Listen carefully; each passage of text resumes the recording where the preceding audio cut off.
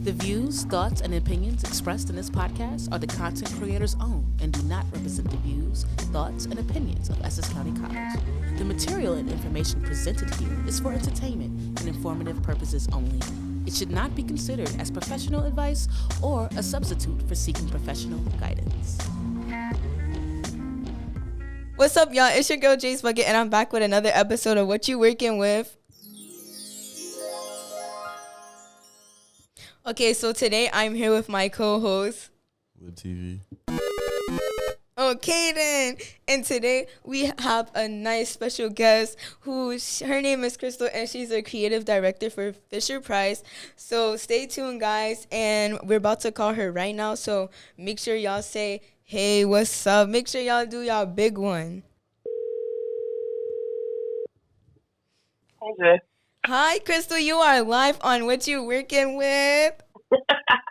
Awesome. Super excited to be here.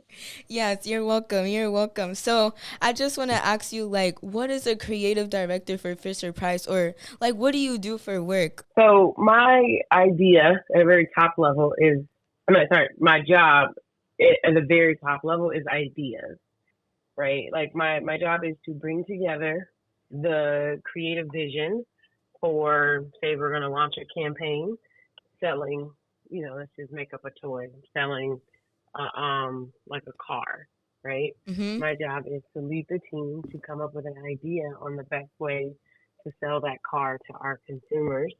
And then we implement that idea across a whole bunch of assets. So that could be social video, it could be a print catalog, it could be just photos that would be used for a social carousel, or it can be things that would get used for trade shows. That's where we go out and sell the product to our customers, and our customers being Walmart, Amazon, Target, that type of thing. Oh, okay. So it's basically advertisement. You have you just come up with ideas for advertising a new car, new toy, or something like that, right? Pretty much, yeah. So did you always want to be a creative director for a company, or is this something that just happened and you was like, okay, well, this sounds like a cool little job, I'll try it out? Can you tell me how you how did you get this position? Yeah. So no, it's not something that I've always wanted to do. My background is in photography, right? So when I was in high school, I was my grandfather gave me a camera, and I was like, ooh, this is what I want to do. I want to be a photographer. I want to work at a fashion magazine. And, that was going to be my job, right? Went to college for it and everything. And then in college, I discovered I really didn't like fashion photography. That was not the move for me. Mm-hmm. So what else am I going to do? And so I started looking around at different genres of photography. And the one that I really liked was music photography, portraits and stuff like that. So I got an internship at Vibe magazine, which makes me sound kind of old considering I'm on this podcast. It's okay. It's still What You Working With. That was a whole thing back in the day. It was very popular when I got that internship, and that's where I learned about photography production. So for years I was a producer. And a producer is basically, at least in the magazine industry, someone who comes up with the ideas for the pages, what we're going to photograph. You would get all right, here's the article. You read the article and it's okay, we're doing an article about something, X, Y, and Z. So we now need to photograph this picture that tells the best kind of story of what this article is about. And then from there, it goes to print or whatever. And you would plan the shoot. You would hire the photographer, hire the models if needed, get everything together for the shoot. So I did that for many, many years. I did that for magazines as well as different brands. Mm-hmm. And it wasn't until the last 5 years I was okay, I feel like I can evolve this into really being less about the shoot production and more about the person who has the ideas, being more about really just the creative, Yeah, and you don't have to do the fell extra work. into this. Exactly. So, like, do you enjoy this rather than, you know, like the other jobs that you had previously? I do enjoy it. It's new. It's a different type of challenge, right? And it's a different way my mind has to work. I had to let go of some of the other stuff that I really, photography. I know a bunch of photographers. I know what I'm looking for.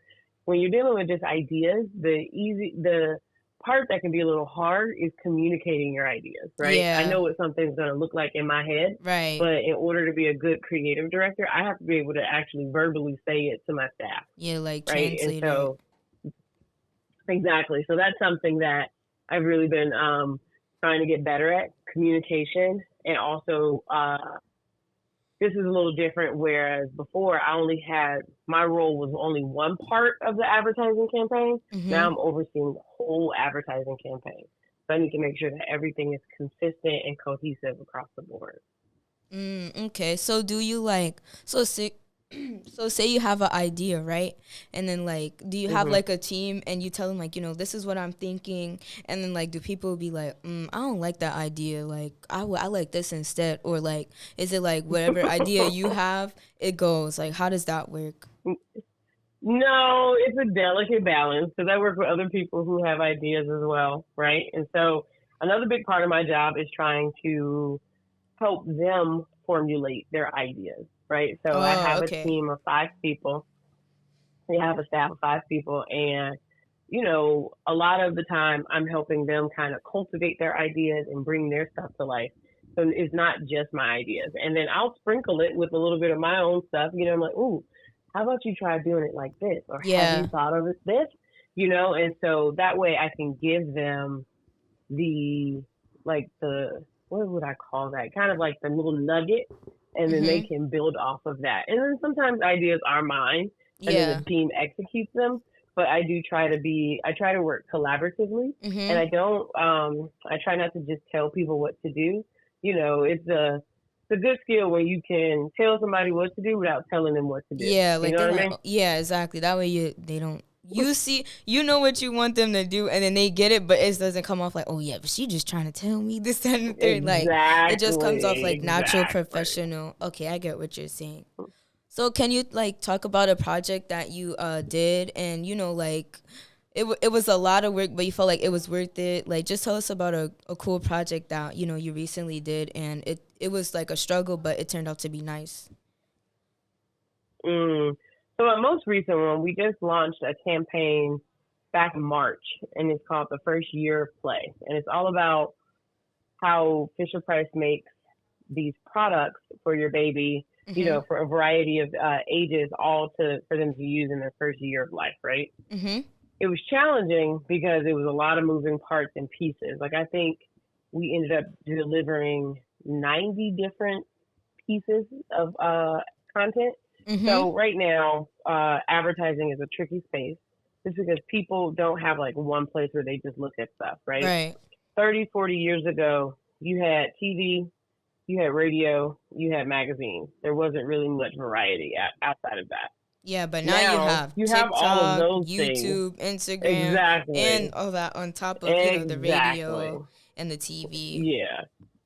And and the radio and TV are still good for some things, but not a lot. And depending upon who you're trying to reach, you have to look at different advertising mechanisms and methods. So this particular campaign was challenging because we are delivering videos and photos for all of these different things, right? So Yeah. we're talking, we got a suite of stuff, videos for TikTok and Instagram. Uh-huh. Then we got another suite of videos for just YouTube. Then we got to put photos, and the photos are going to go on our website, and then they're also going to be using an email. And so it ends up being very complicated with Right, how because you you have to have deliver so things. much stuff to do. Yeah, and it's split up Exactly. through different platforms. Exactly. And then in general, my job is challenging because we're working with babies, and you got siblings. You know how that goes, Yeah. right? Kids do what they want to do, Right, not necessarily exactly. what you want them to So wait, do. you actually like work with some little kids? Oh yeah, Oh like my. we work with kids who are within our age range. So we're talking anywhere from 2 months So to like 5, 6 years old. So like, what do you do? Like, you just see what toys they like to play with. Like how does that? I didn't know this. So like, what? So okay, the kids come. They like, okay, the kids gonna come. Get ready, y'all. So what y'all do? Like, We gotta prepare. So what we have a kid wrangler. You ever heard of a kid wrangler? no. So a kid wrangler is somebody that we hire. Their only job on the photo shoot or the video shoot is to make the baby smile and to Oh, get the okay. kid to do what we want the kid to do. So Right? do it So they work? do whatever they gotta do to make them laugh. Oh yeah, they're probably some of the most hardest working people on our set. You know what I mean? 'Cause Yeah. it's hard to get a baby to laugh, and it's hard to get a baby to do what you want them to do and to hold the product a certain way. So we work with that. We work with the wrangler to tell them, okay, we're shooting this product like this, and here's what we need the baby to do, right? Mhm. And then, depending upon how old the kid is, there are age limits, there are time limits to how long you can keep them on set. So anybody Okay. who's younger than 6 months old, we can only have on set for 20 minutes. Yeah, cause they So we gonna have to like get the best. picture. Yeah, Wow. So these are like so it can be tricky. kid models, right? Like they getting paid too, right? Let me. Yeah, they're getting paid too, but not as much as you think. Oh, for real. Yeah. So Yeah. so But say it's okay. It's the experience that counts, Jalen. yeah. So that tops everything, right? Mm-hmm. Okay. So say like somebody come to you like a student just graduated high school and they trying to figure out like what they want to do in their life, and they say I think I want to be a creative director. Like what advice would you give them? Like what would you tell them? I would tell them to really like focus on learning as much as you can about a lot of different mediums, right? Because I don't just deal in photo and video in my world, in my day to day, right? I'm looking at things from graphic design to, in-store signage, you name it, right? It's a lot of different things. So I would encourage them to learn and like words. Like I have a whole team of copywriters, and those are the people who write the words in our advertising. So I would encourage them to learn as much as they can about art and design, and then also familiarize themselves with like different advertising content, like how to market to people. A lot of my job is understanding who our consumer is and what and how to speak to them and what Yeah. things are important to them. And then I would say have fun with it and take risks, Yeah. Like I don't always play it safe with my ideas, and some of the big ideas that are kind of crazy and out there that maybe make people uncomfortable are some of the ideas that the have been bestsellers. my best ones. Yeah. Okay. Mm-hmm. So I know that you hold on, I'm sorry. So you stated that you have to, like learn how to advertise and like learn how to communicate effectively. So is this a job that you need like a degree for, or is something where you just like network your way around? Like how would you say like the requirements for this job? Like what do you need to like obtain this type of job? I think it depends. There are a few different paths to it, right? My path is a little untraditional, where you usually don't see a ton of people who came up who were previously photo producers become creative directors, but it's not impossible. Usually people who are becoming creative directors, they are studying some sort of art direction or graphic design or even like advertising in college. So if you have a degree, it's typically one of those, but you can do other things. Like I said, my degree is in photography. And then, sorry, what was the second part of the question? How like what are like the requirements to obtain this job? Like were there any requirements that you needed, or like, I needed to show good ideas, right? So in order to be a creative director, there's a level of understanding that you just have to have, right? Whether that's about a brand, whether that's about a product, whether that's about, a consumer, like you do need to know what you're creating your ideas around. And then, for me, it also requires leadership. Like I mentioned a little earlier, it's one thing to have an idea, but if you can't get that idea out of your mind and like put it on paper or be able to speak it to someone, then it does nobody any good, right? Like, so Right. utilize your team, working well with other people, collaboration. All of these things are really important to have a successful career as a creative person. Oh, yeah. And I think that's good too, because like those are skills that you could take anywhere as well too. Like you need those skills in life, Mm-hmm. but these skills need to be brushed up more. Like they need to be perfected, like with this profession. So Correct. how do you stay like inspired to keep up with the latest trends and stuff like with this company? Or like you said, you just take risks. Like how do you try to keep up, stay on Um, track? I do a lot of research. I'm always looking for inspiration, right? Social is my friend, so Mm-hmm. I have a separate Instagram account that I use for just looking at creative things. Mm-hmm. So whether that's photographers, directors, designers, I try to keep track of a lot of that stuff. I use a lot of TikTok, right? Like keeping up with trends, understanding Yeah. what is resonating with people. I read, so, magazines here and there, even though, that's a little bit of a dying art, it's still pretty relevant. Right. Yeah, it Um, is. It's gonna but be the yeah, old so that's, school I mean, stuff. that's how I keep up track. Exactly. And that's how I keep track with stuff. Like if, knowing who, because I'm working with like baby products, Uh-huh.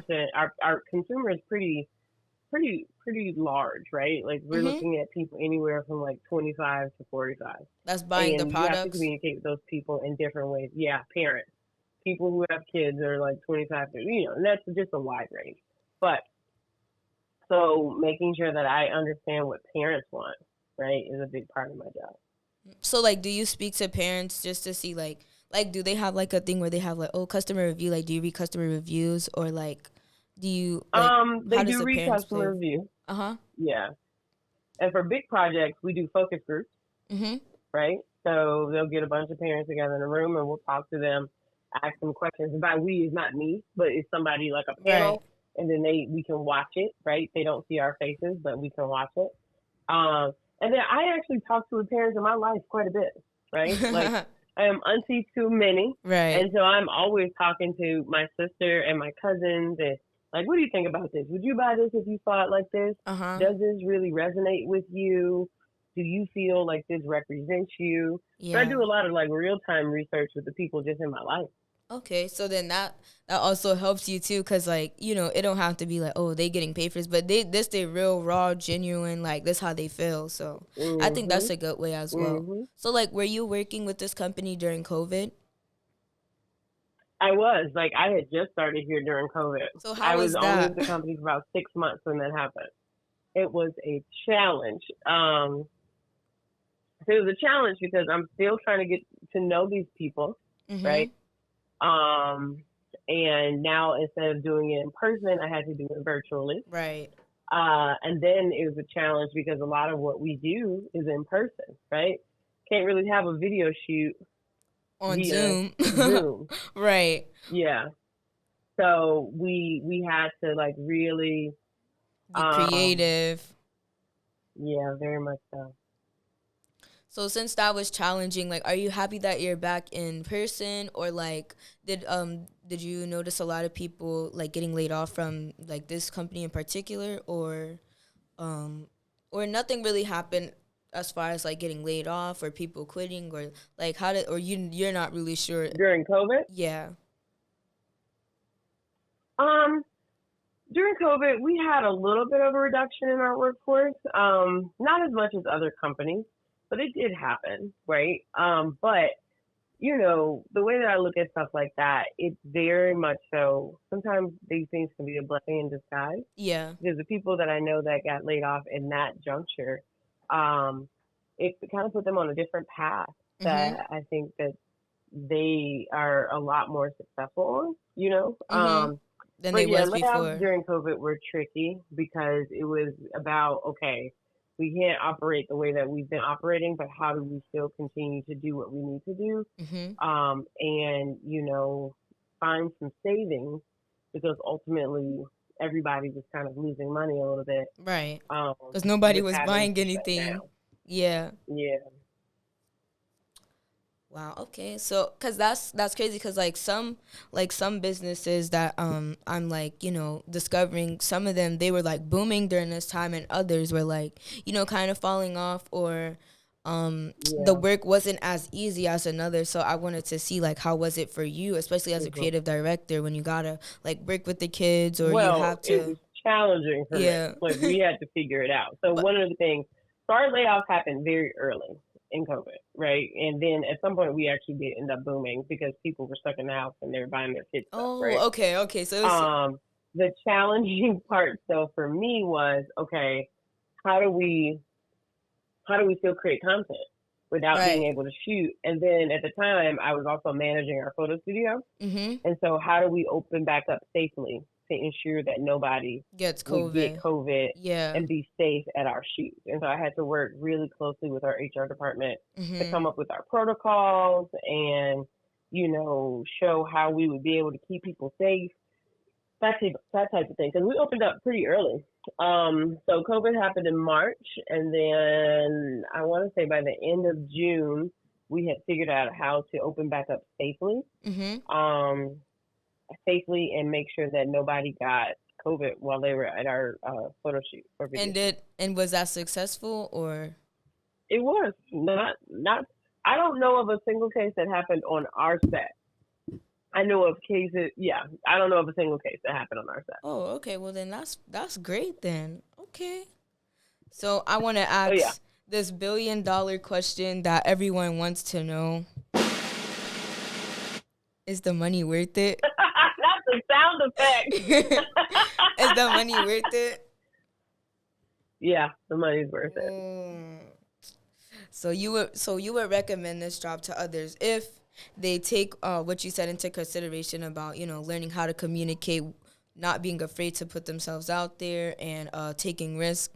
Would you recommend this job to some other people? I would recommend it, but I would also say that this is a long game, right? I have been in my career for 18 years at this point, Jay, and this is the newest adventure, right? I've just become a creative director. Mm-hmm. So this is a long game, right? And also another skill set that is needed is the ability to be able to take constructive criticism. Yeah. When you're working with something that's super visual, that people feel like they can speak to or speak about, they will. So photos are very easy. Videos are very easy. Like, I don't like this because of X, Y, and Z, right?